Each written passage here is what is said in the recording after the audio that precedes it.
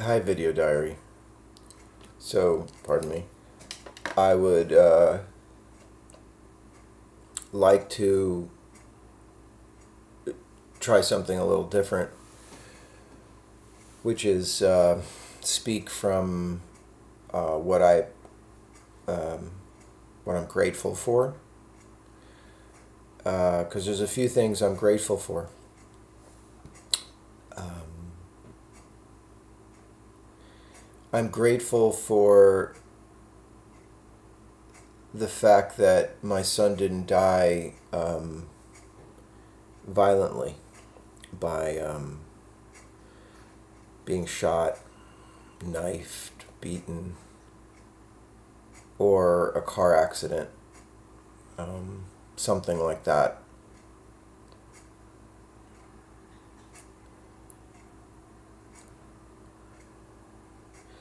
I'm grateful that he died in his room around people that he loved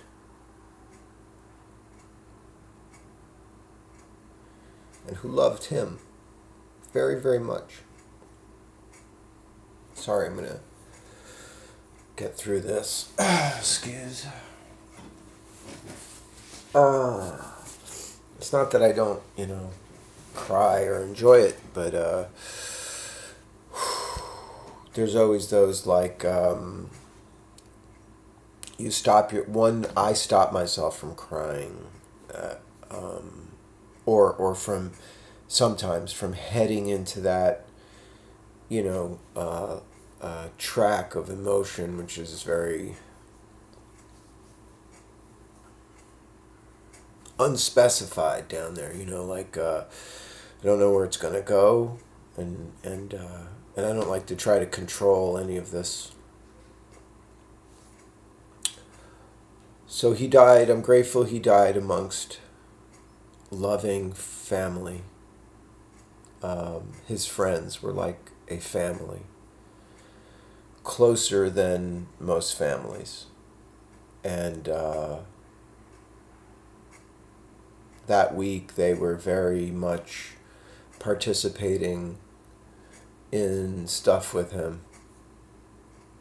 He played softball up until a couple hours before he killed himself.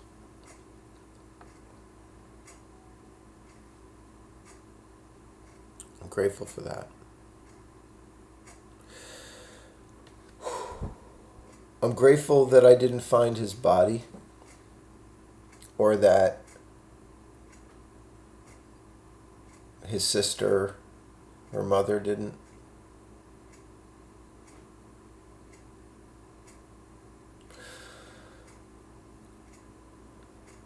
I felt so personally responsible somehow, or sorry that his roommates did. I felt angry at my son for putting them in that position. Wasn't not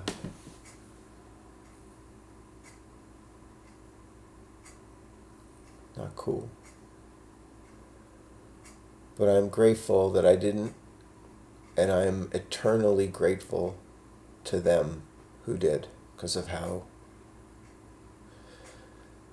lovingly they treated him. So I'm grateful that he died in an environment that was supportive and loving. I hung out with his roommates many times. They're such cool people, and in my mind I was like, oh, he is in good company. And truth be told, I never felt that he was in such a danger. I felt that he was like a leader of sobriety in some stupid way. Somebody who had true meaning in his life that would make something like that just not on the program in any way. I was so wrong.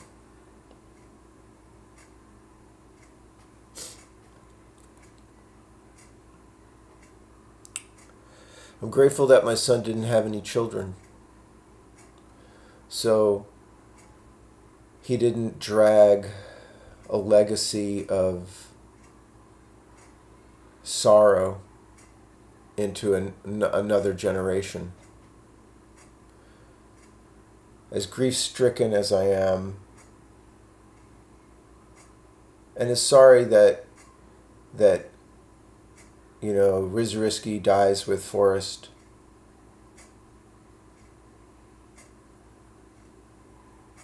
which is just also Shakespearean.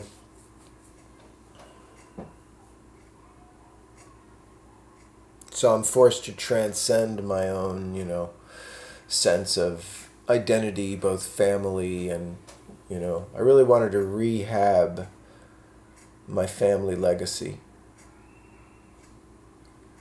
away from that of my father's.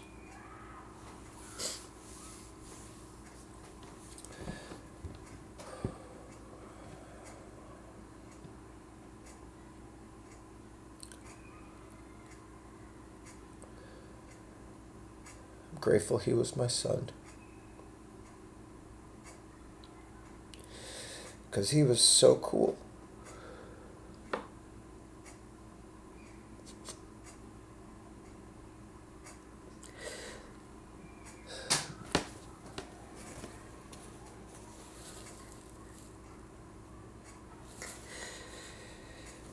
Someone said at the meeting, that I was in, that the books I'm finding are his way of contacting me. Yeah, and I don't know, like how much of that I can deal with, but just because like it's a rabbit hole, as soon as you get into that stuff, you're finding parking spots. But I realize that there are a few things that Forrest has led me to that are helping me survive or whatever. And they are Alan Watts and jiu-jitsu.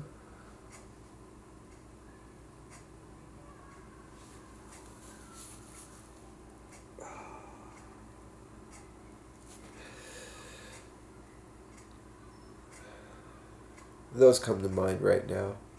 I know Forrest was really into Salman Rushdie and trying to get me to read Salman, who I've listened to talks and interviews with him. I like him as a person.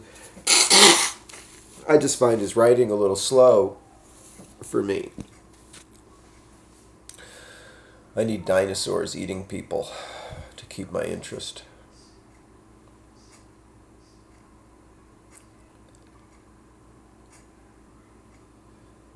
Yeah, I'm grateful that he was my son, because a lot of these junkies who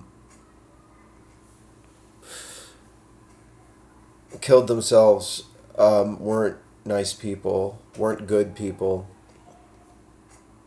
were not decent people.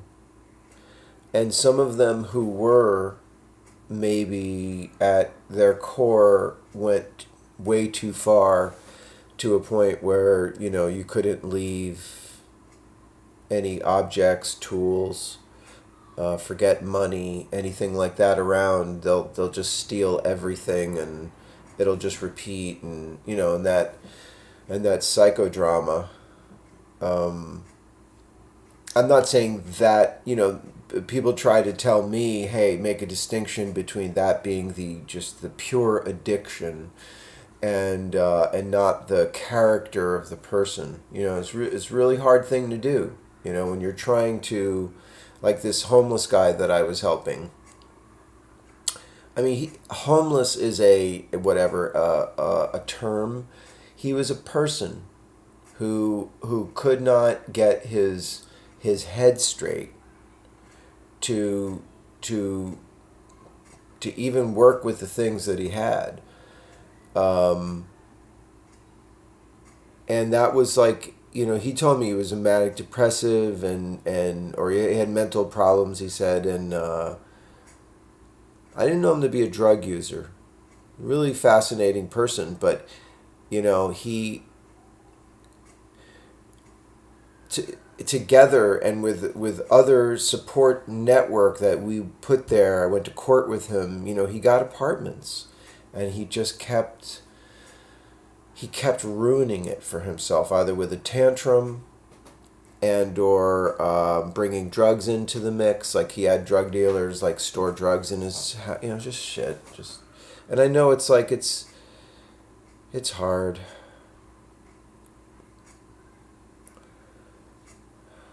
I can't say too much about meetings that I attend, except to say that through discussion, it kind of gets fleshed out that there's nothing that you can do to stop someone from taking drugs.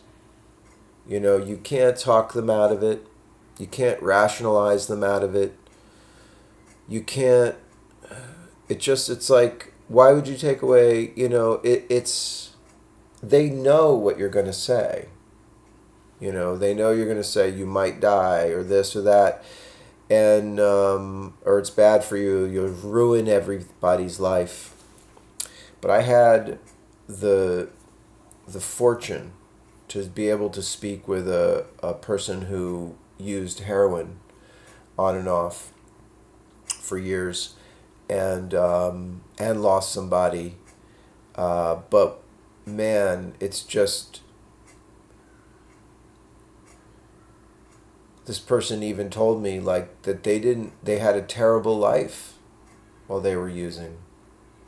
Like everything I observed of the junkies I know, like they just have a shitty life, Every day is like this battle of feeling bad and not eating and looking, for the shitty people that you have to deal with. Not you have to, that you deal with to get your junk,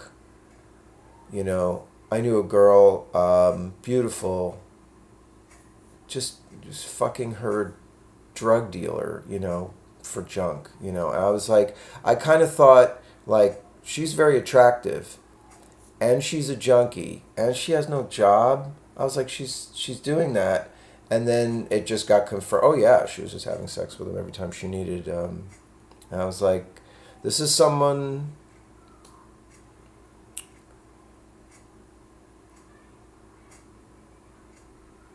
These are not strangers, this is, I guess, what the drug turns you into.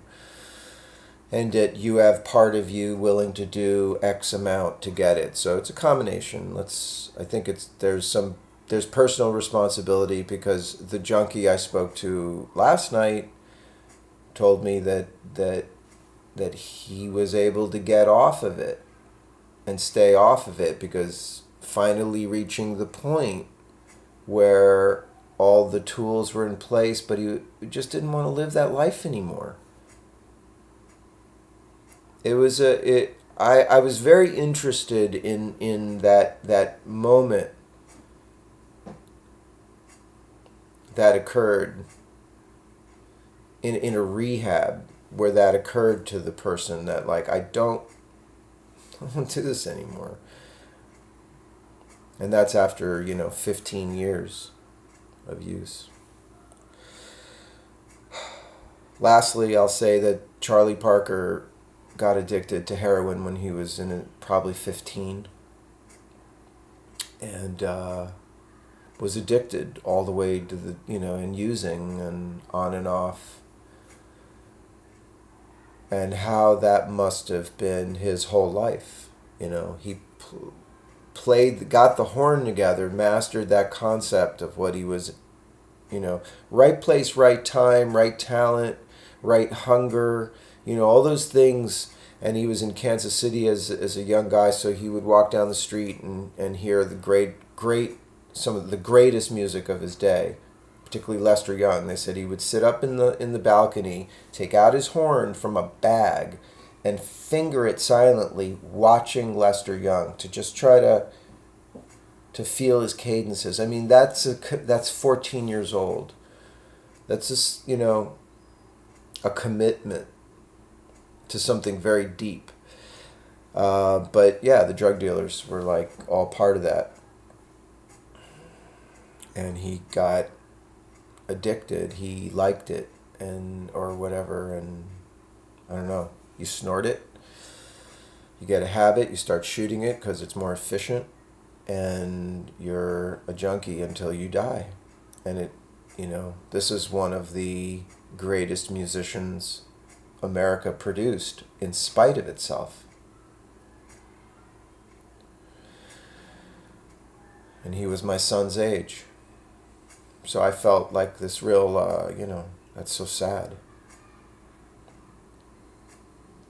A lot of jazz musicians, because of the circles, because of the organized crime that owned most of the jazz clubs, and how organized crime used to use drug dealers, mostly probably African Americans, to push the coke and the heroin.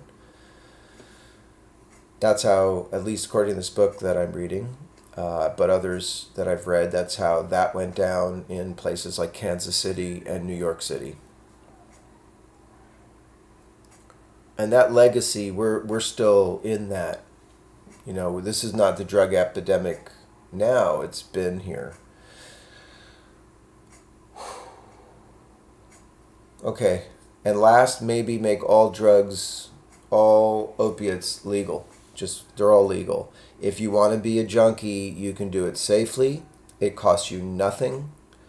And what we hope for, you'll do it anyway. You'll just wreak havoc doing it. And this way we'll have a hotel. We'll police you, until you kill yourself or decide this is fucking bullshit. Which is what every, person who overcomes it realizes. And, most junkies know this too, but they're not getting out of it for whatever reason.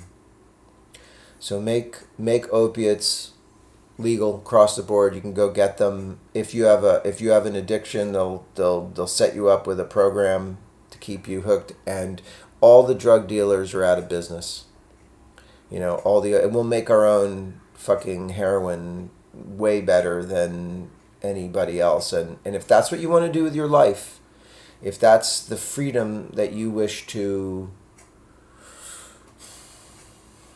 express, then go fuck yourself and do it, but do it safely in a way that doesn't kill everybody else. But also the drug dealer thing, like the pushers, the drug dealers, and the cartels behind them. Imagine that if we made opiates legal and not in baby steps. And some people say so you don't moralize or shame the junkie, and I don't really care about that because it's shameful. When you see these junkies in action, it's ugly. It's ugly shit.